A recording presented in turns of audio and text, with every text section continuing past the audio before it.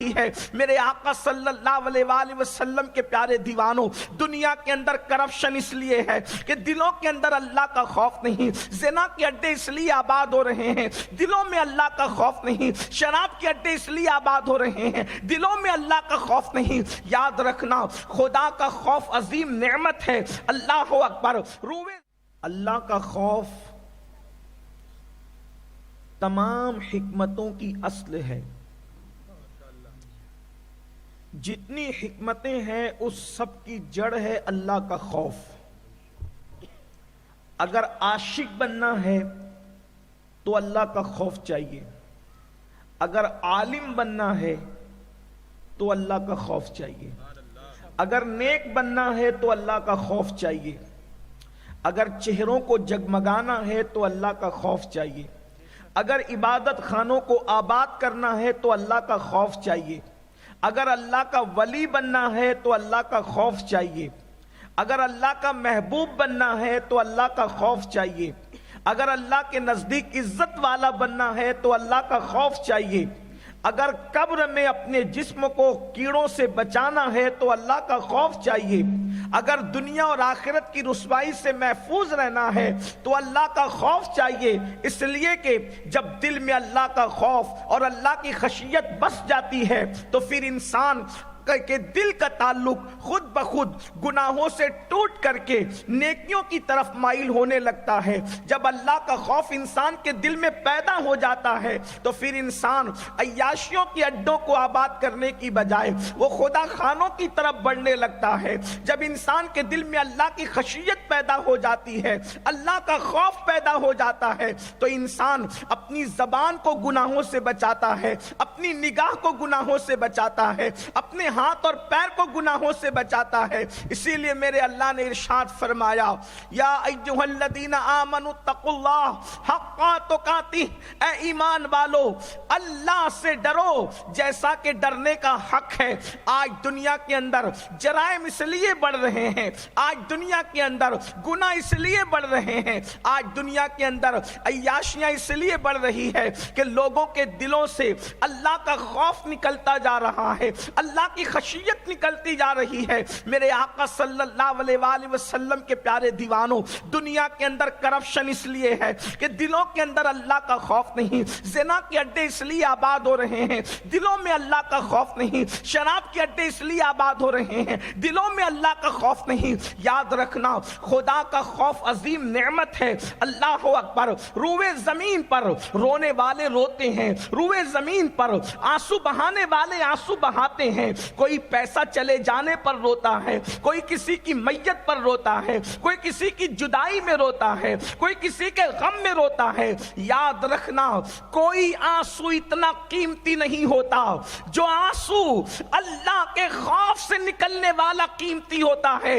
اللہ کے سچے رسول، ہم سب کے آقا و مولا مصطفیٰ جان رحمت صلی اللہ علیہ وآلہ وسلم ارشاد فرماتے ہیں، اگر کوئی تنہائی میں اپنے گناہ کو یاد کر کے اللہ کے خوف سے روتا ہے اور اس کی آنکھ سے صرف مکھی کے سر کے برابر آنسو نکل جائے تو اللہ اس کے چہرے پر جہنم کی آگ کو حرام فرما دیتا ہے۔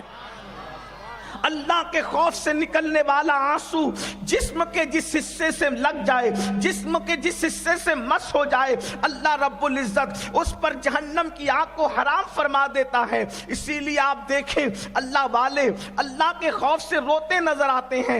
حضرت سیدنا امام سفیان ثوری رضی اللہ تبارک و تعالیٰ عنہ، اللہ اکبر، آپ کی راتوں کا حال یہ تھا، اللہ کے خوف سے رویا کرتے تھے۔ مولا کائنات سید السادات سیدنا علی مرتضیٰ کرم اللہ تعالی وجہ الکریم کے بارے میں ہے، جب رات کے آخری پہر میں آپ اپنا وقت گزارتے اس طرح روتے جیسے کوئی سانپ کا ڈسا ہوا تڑپ تڑپ کر اور بلک بلک کر کے روتا ہے، اس طرح روتے۔ افضل البشر بعد الانبیاء بالتحقیق سیدنا ابو بکر صدیق رضی اللہ تعالیٰ عنہ اللہ کے خوف سے روتے ہوئے ایک مرتبہ ارشاد فرماتے ہیں، کاش میں انسان بن کر پیدا نہ ہوا ہوتا میں کسی مومن کے سینے کا ایک بال بن جاتا۔ میرے آقا صلی اللہ علیہ وآلہ وسلم کے دیوانوں، خدا کے خوف کی شان یہ ہے، اللہ کی خشیت کی شان یہ ہے۔ اللہ اکبر۔ ہر انسان سدھرنا چاہتا ہے، ہر انسان بدلنا چاہتا ہے، ہر انسان دل کا انقلاب چاہتا ہے۔